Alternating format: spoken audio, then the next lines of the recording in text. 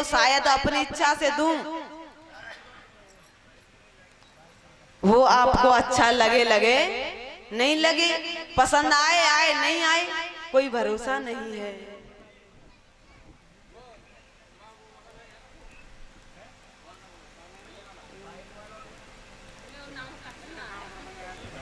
और हमारी मैया, इनको नाम है कछूना, और इनकी तरफ से एक स्टॉल और माला से स्वागत करते हैं। जोरदार तालियों के साथ स्वागत करें और 101 रुपए से स्वागत करती हैं। ठाकुर जी से प्रार्थना सभी मनोकामनाएं पूरी हों, धन दौलत से भंडार भरे रहे। अच्छा अच्छा, भगत जी की मम्मी माता जी जय हो, बोलिए बांके बिहारी लाल की।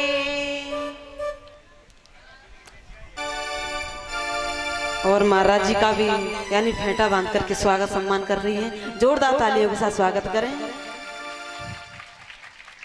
आज जैसे ही लक्ष्मी मैया से कहा कि आप कुछ मांग लो ना, तो लक्ष्मी मैया ने कहा क्या भैया मैं जो मांगूंगी आप वो मुझे दोगे? राजा बलि ने कहा अरे बहन आप जो मांगोगी मैं वही दूंगा आपको, बताइए ना क्या चाहिए आपको? तब कहा भैया ओ भैया दे दे चौकीदार, बहना बड़ी दूर से आई। ओ भैया दे दे चौकीदार, बहना बड़ी दूर से आई। कहा भैया यदि देना ही चाहते हो ये जो चौकीदार खड़ा है ना इस चौकीदार को मुझे दे दो। और बलि ने कहा री बहन इस चौकीदार को छोड़ करके जितने भी चौकीदार हैं आप सबको मांग लो, मैं सबको दे दूंगा, लेकिन इस चौकीदार का नहीं। लेकिन भैया ने कहा भैया आपने वचन दिया है तो वचन तो पूरा करना पड़ेगा। आज जैसे ही वचनों में बांध लिया है तब मैया लक्ष्मी भगवान को बलि महाराज के यहाँ से लेकर के आई हैं। बोले आनंद कंद भगवान की जय हो। और उसी दिन से ये जो रक्षाबंधन का त्योहार मनाया जाता है, जो अपने यहाँ पर भी जो भाई बहन का जो प्रेम होता है, प्यार होता है, कहते कि कोई बहन कभी आए या ना आए लेकिन रक्षाबंधन पर जरूर आती है।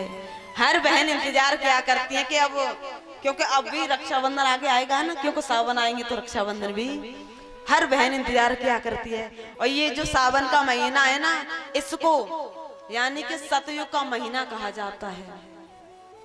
सतयुग का महीना क्यों? क्योंकि सावन के महीने में कोई बहन बेटी भले ही किसी के साथ जा रही हो लेकिन सामने देखने वाले क्या कहते हैं, अरे सावन का महीना है तो भैया बुलाने के लिए आया है तो शायद अपने भैया के साथ में जा रही है। तो ये भी तो नजरों का ही तो खेल है समय का, क्योंकि सावन का महीना है और उसके बाद कभी भी जाएंगे तो कोई क्या कहेगा, मैंने क्या पता किसके साथ जा रही हैं। लेकिन जब सावन के महीने में भले ही किसी के साथ जा रहे हो, भले ही अपने पति के साथ जा रही हो, लेकिन सामने वाले अरे भाई सावन का महीना है तो भैया बुलाने आया है तो शायद भैया के साथ जा रही हैं, इसीलिए। और हर बहन इंतजार क्या करती हैं। पहले की बात अब तो इतना नहीं है, लेकिन पहले जैसे ही सावन लगते ना तो अपनी यहाँ की अपने देश की जो बेटियां हैं ना पेड़ों पर झूलों को डाल लिया करती थी और बहुत पहले से इंतजार क्या करती थी कि सावन आएगा ना तो हम झूला झूलेंगे। लेकिन अब ऐसा कुछ होता है? समय बदल गया है, लेकिन पहले इंतजार किया करती थी। और रात्रि में जब झूला करती ना तो मलार गाया करती थी, सभी मिलकर के भजन गाते थे, मलार गाते थे, तब झूला करते थे। सावन का क्या राग होता है। उन झूला तो पड़े गए अमुआ की डाल पे, झूला तो पड़ गयो अमुआ की डाल पैरी झूला तो पड़े गयो अमुआ की डाल पे झूला तो पड़ गयो अमुआ की डाल पे हुए दी कोई झूलत हमें कोई झूलत ललिता बेटा का झूला तो पड़ गयो अमुआ की डाल पे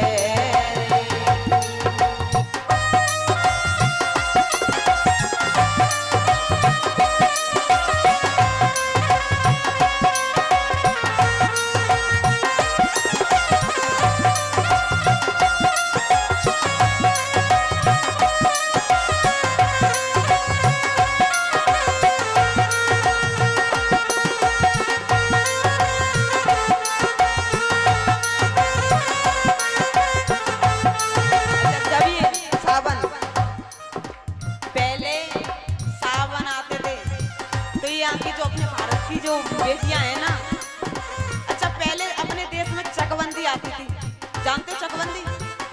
तो सरकार यानी खेतों को एक जैसा कर दिया करती। अच्छा जब खेत एक से कर देती तो पेड़ों को काट दिया जाता, और जब पेड़ कट जाते तो अपने भारत की बच्चियां जो कि पहले पढ़ी लिखी बहुत कम हुआ करती थी। अच्छा अब तो शिक्षा सबका अधिकार है, लेकिन पहले बेटियों को बहुत कम पढ़ाया करते। तो जब पेड़ कट जाते हैं तो वो बेटियां अपने भारत की सीओ को गाली दिया करती। हालांकि ये नहीं जानती कि सीओ कहते कैसे हैं, लेकिन सीओ को गाली दिया करती थी। क्यों? क्योंकि इसने पेड़ों को कटवा दिया है, इसलिए।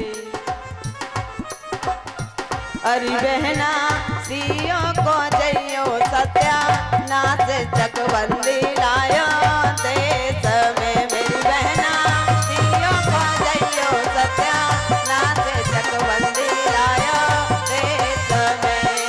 चकबंदी लायो देश में।